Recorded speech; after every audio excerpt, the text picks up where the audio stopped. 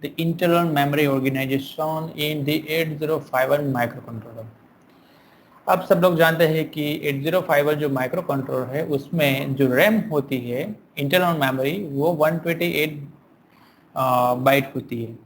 ठीक है, तो आज हम सीखने वाले हैं कि जो 128 बाइट रैम जो होती है 8051 माइक्रो कंट्रोलर में उसका ऑर्गेनाइजेशन कैसा होता है, वो उसका एलोकेशन कैसा होता है, और उसके बाद हम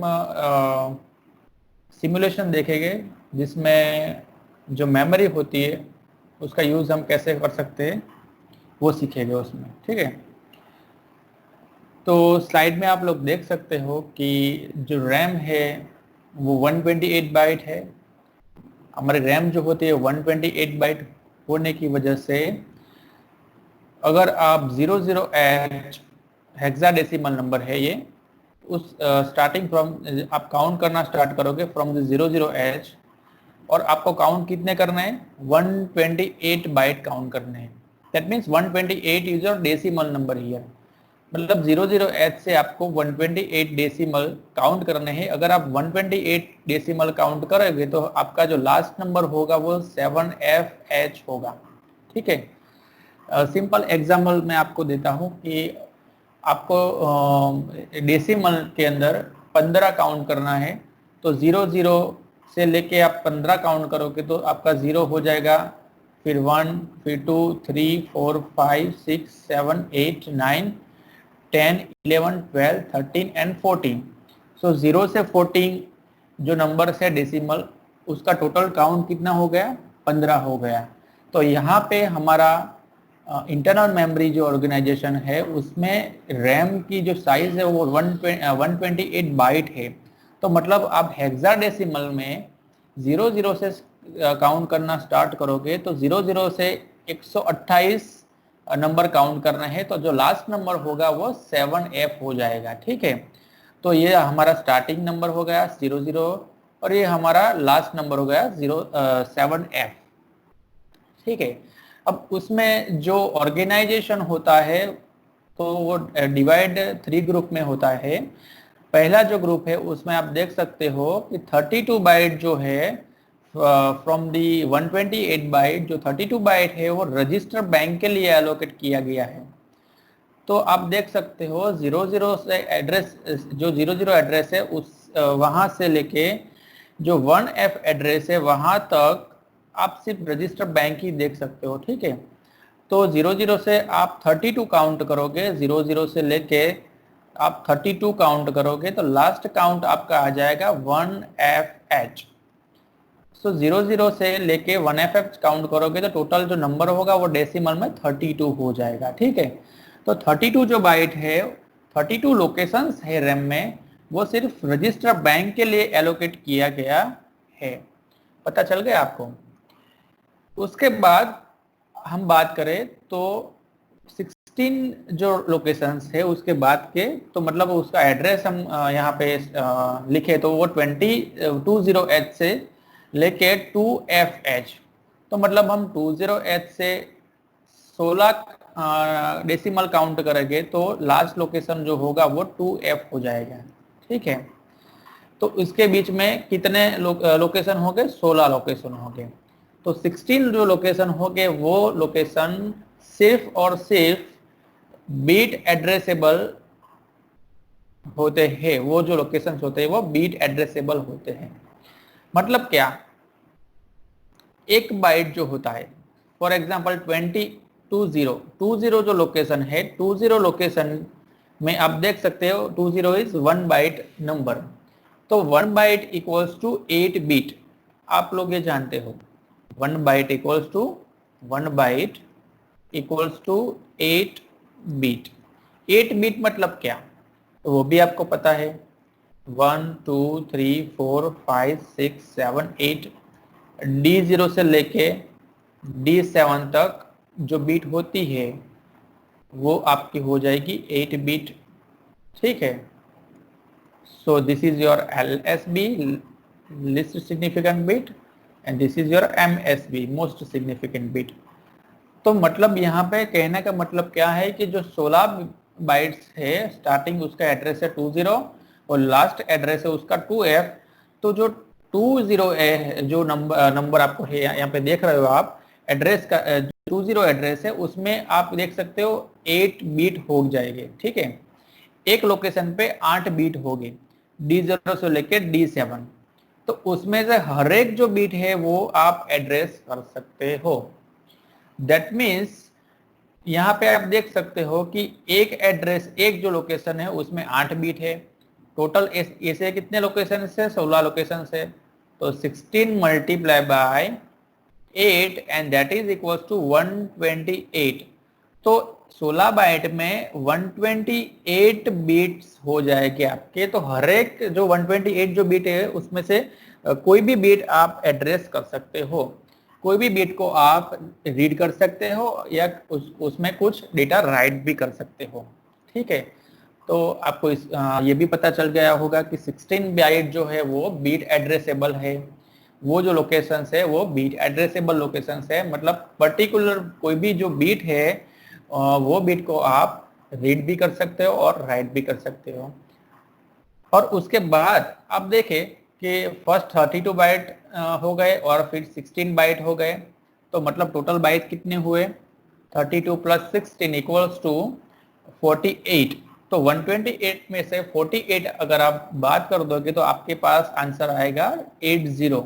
तो मतलब आफ्टर 2F जो आपका नेक्स्ट लोकेशन होगा वो 30 होगा, और 30 से 7F तक जो लोकेशंस है आपके लास्ट, उसका काउंट अगर आप डेसिमल काउंट करोगे तो वो नंबर हो जाएगा 80। तो मतलब आपके पास 80 बाइट्स ऐसे है जिसका एड्रेस 30 से स्टार्ट होता है और उसका लास्ट एड्रेस होता है 7FH, जिसमें आप कुछ भी रीड और राइट कर सकते हो, और उसको हम स्क्रैच पैड के नाम से यहाँ पे देख सकते हैं। उसका नाम जो है वो स्क्रैच पैड है, उसको हम स्क्रैच पैड के नाम से कॉल कर सकते हैं।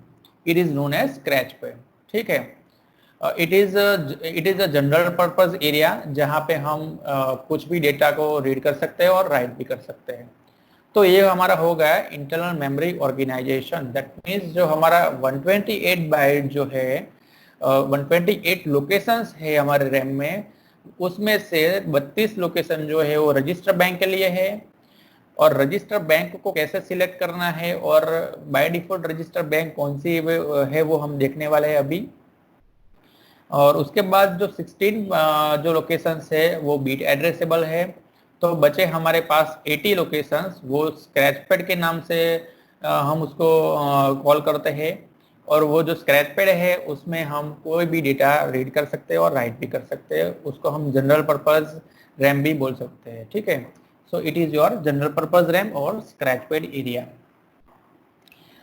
तो अभी मैं दिखाने वाला हूँ कि वो जो डेटा मेमोरी और रैम है उसके 128 लोकेशन कौन से है। तो आप यहाँ पे देख सकते हो ये जो है वो डेटा मेमोरी है, ठीक है। और यहाँ पे काउंट अगर आप करोगे तो 0 से लेके F, तो मतलब ये 16 काउंट हो गए। और ऐसे यहाँ पे आप देख सकते हो 8 वर्टिकल लाइन है और 16 हॉरिजॉन्टल लाइन है, ठीक है। तो 16 मल्टीप्लाई बाय 8 यहाँ पे आप 16 को 8 से मल्टीप्लाई बाय करेंगे, 16 your horizontal numbers and 8 your vertical number, तो उसका मल्टीप्लिकेशन करोगे तो 128 हो जाएगा। तो मतलब आपके पास ये 128 अलग अलग लोकेशंस है, ये जो लोकेशंस है वो रैम के लोकेशन है। उसका एड्रेस की मैं अगर बात करूं तो ये आपका 00 एड्रेस हो गया, ठीक है। ये 01 हो गया, 02, 03, 04, 05, 06, 07 अप टू 0F।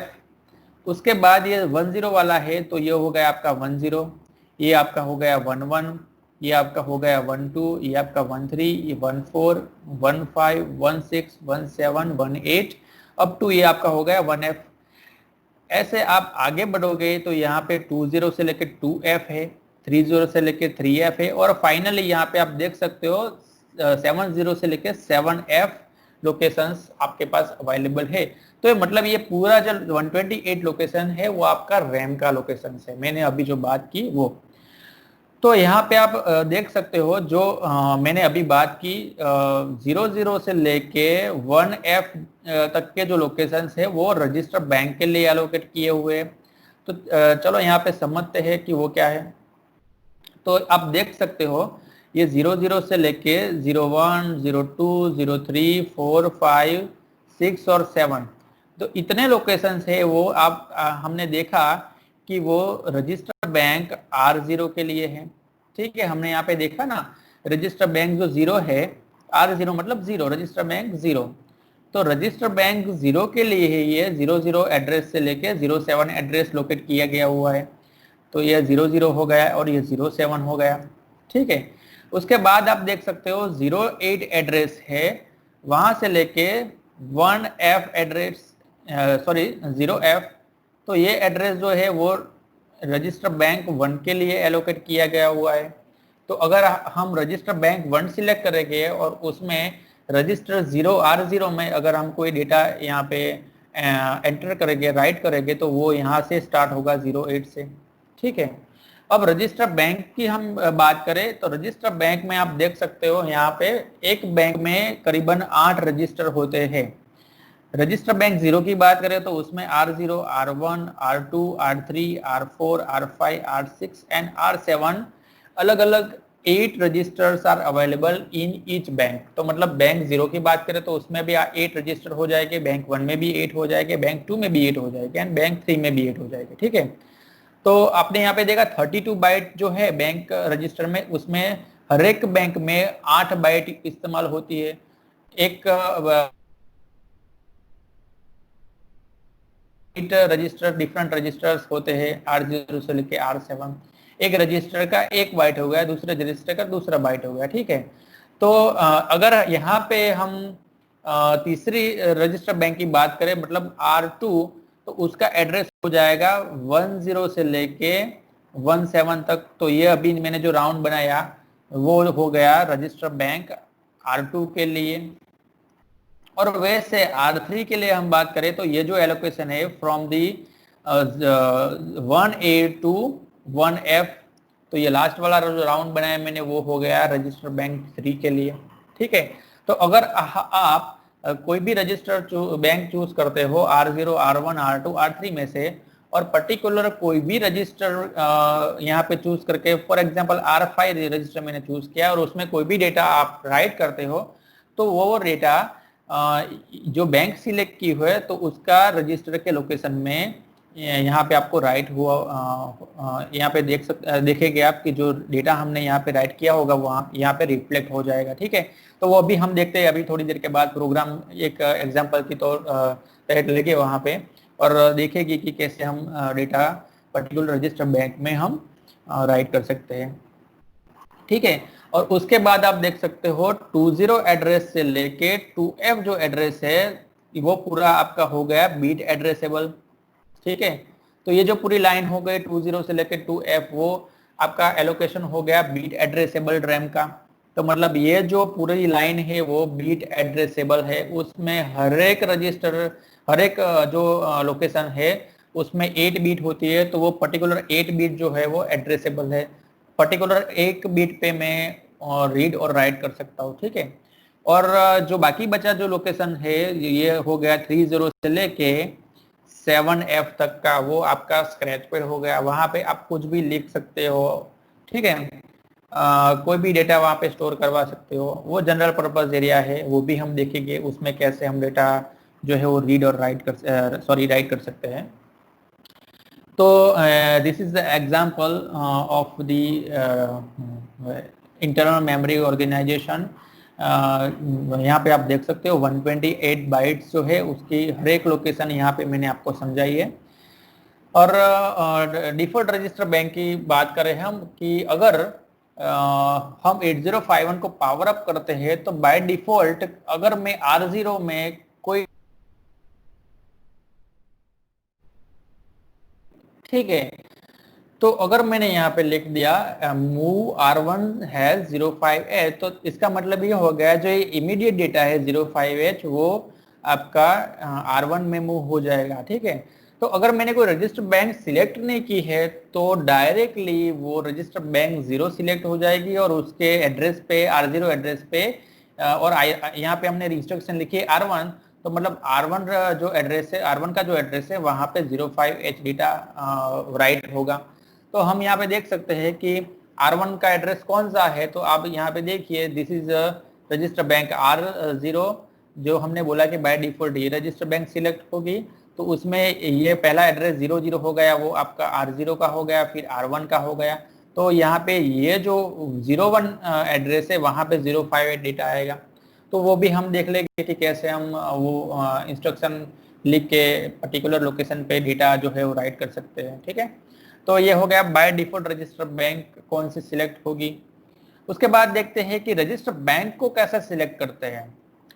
तो उसके लिए आपको PSW जो रजिस्टर है उसका यूज करना पड़ेगा। उसका नाम है प्रोग्राम स्टेटस वर्ड। यहाँ पे आप देख सकते हो different 8 bits are available starting from the D0 to D7। दिस इज D0, D1, D2, D3, D4, D5, D6 and D7। उसमें से हमको दो ये बीट जो है वो यूज करनी है, RS0 और RS1। ठीक है, तो अगर हम किसी रजिस्टर बैंक को सिलेक्ट करना चाहते हैं तो ये उसके अलावा की सारी बिट्स जो है उसको हमको 0 सिलेक्ट करनी है, और depends on the register bank ये RS0 और RS1 को हमको वहां पे लिखना है। फॉर एग्जांपल यहाँ पे हम एक टेबल दिया हुआ है, उसमें देख सकते हैं कि रजिस्टर बैंक 0 सिलेक्ट करनी है, रजिस्टर बैंक 0 सिलेक्ट करनी है। तो रजिस्टर बैंक 0 सिलेक्ट करने के लिए आप देख सकते हो RS0 की वैल्यू 0 होनी चाहिए और RS1 की वैल्यू 0 होनी चाहिए। तो वो दोनों वैल्यू यहाँ पे हम पुटअप करेंगे तो हमारा जो ओवरऑल जो यहाँ पे डेटा होगा वो कितना होगा, तो आप देख सकते हैं इट विल बी 0 0 0 0 0 0 0 0। तो ये हो गया हमारा 00H। तो इसका मतलब ये हुआ कि PSW जो रजिस्टर है उसमें हमें 00H डेटा राइट करना पड़ेगा अगर हमें ये दोनों अगर हमें रजिस्टर बैंक 0 सिलेक्ट करनी है तो। ठीक है, अगर मुझे रजिस्टर बैंक 1 सिलेक्ट करनी है तो यहाँ पे RS1 की वैल्यू जो है वो 0 हो जाएगी और RS0 की वैल्यू कितनी हो जाएगी, यहाँ पे 1 हो जाएगी। यहाँ पे आप देख सकते हो।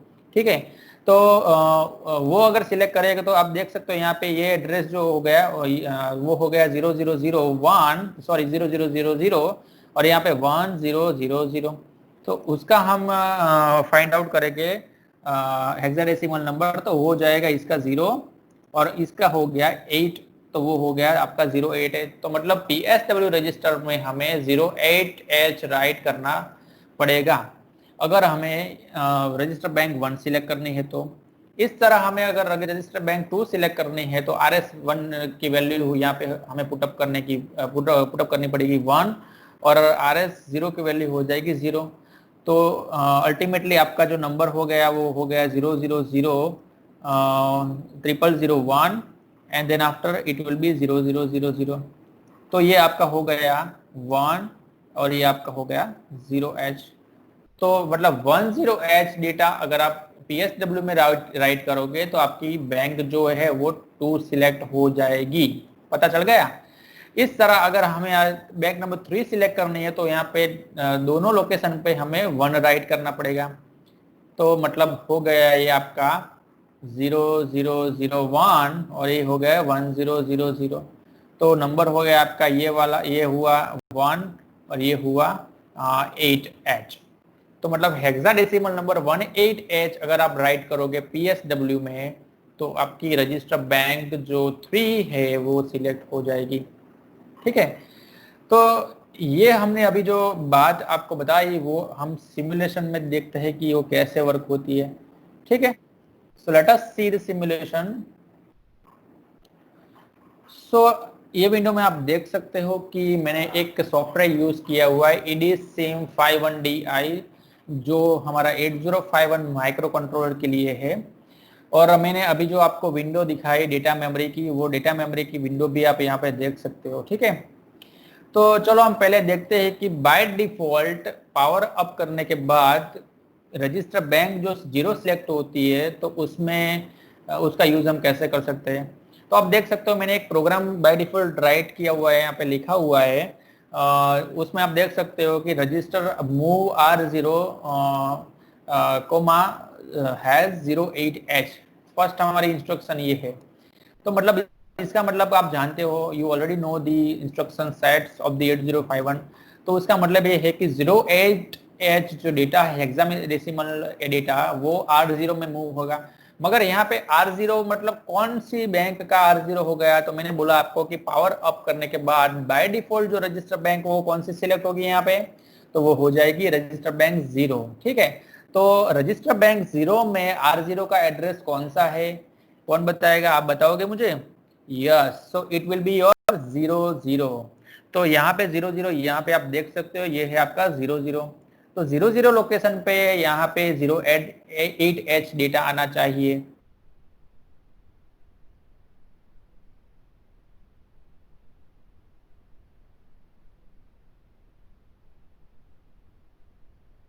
उसको R1 में होना चाहिए।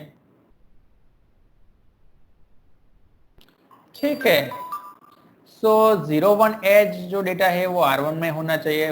उस तरह 02H वो R2 में होना चाहिए, 03H वो R3 में होना चाहिए। मगर ये जो रजिस्टर बैंक 0 सिलेक्ट की है उसके एड्रेस पे होगा। ठीक है, तो यहाँ पे 00 जो है वो ये आपका R0 का एड्रेस हो गया, 01 है R1 का हो गया, 02 है R2 का हो गया, 03 R3 का, 04 R4 का, 05 R5 का, 06 R6 का, 07 वो R7 का हो गया।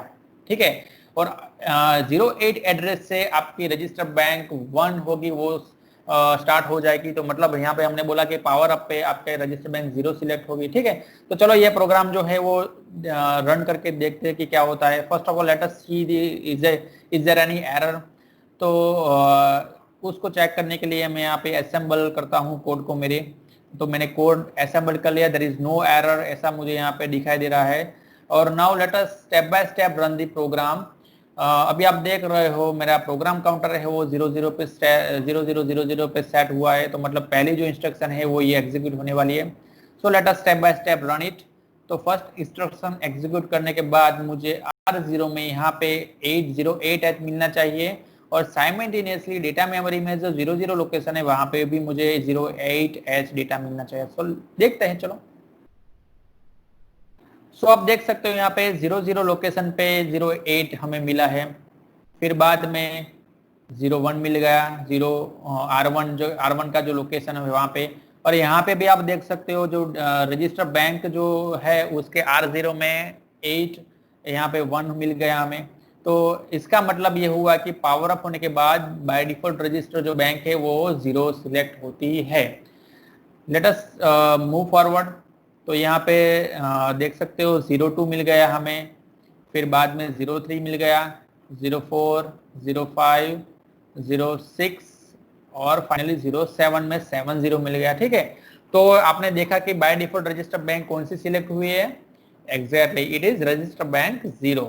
अब मैंने आपको बताया कि रजिस्टर बैंक मुझे 1 सिलेक्ट करनी है, तो क्या करना पड़ेगा? यस, हमने क्या बोला है अभी? PSW रजिस्टर में जाके वहां पे RS0 और RS1 जो है उसमें आपको बैंक सिलेक्ट करने के लिए मैंने आपको बताया अभी कि जो RS1 और RS0 है, RS1 में आपको 0 और RS0 में 1 यहाँ पे लिखना पड़ेगा। और फाइनली आपका जो प्रोग्राम स्टेटस वर्ड मतलब PSW रजिस्टर है वो आपको कितना मिला था? अभी हमने देखा तो वो आपको मिला था 08H। ठीक है, तो मुझे PSW में 08 लिखना पड़ेगा। तो चलो फिर से यहाँ पे मैं एक इंस्ट्रक्शन ऐड करता हूँ, और वो इंस्ट्रक्शन है हमारी मूव PSW और हैज 08H। तो मतलब ये हो गया कि अब हमने कौन सी रजिस्टर बैंक सिलेक्ट की हुई है? रजिस्टर बैंक हमारी सिलेक्ट हो गई अभी 1।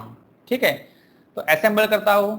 तो अभी आप यहाँ पे देख पाओगे कि रजिस्टर बैंक जो हमने सिलेक्ट की है वो 1 हो जाएगी। यहाँ पे PSW रजिस्टर का नोटिफिकेशन भी है।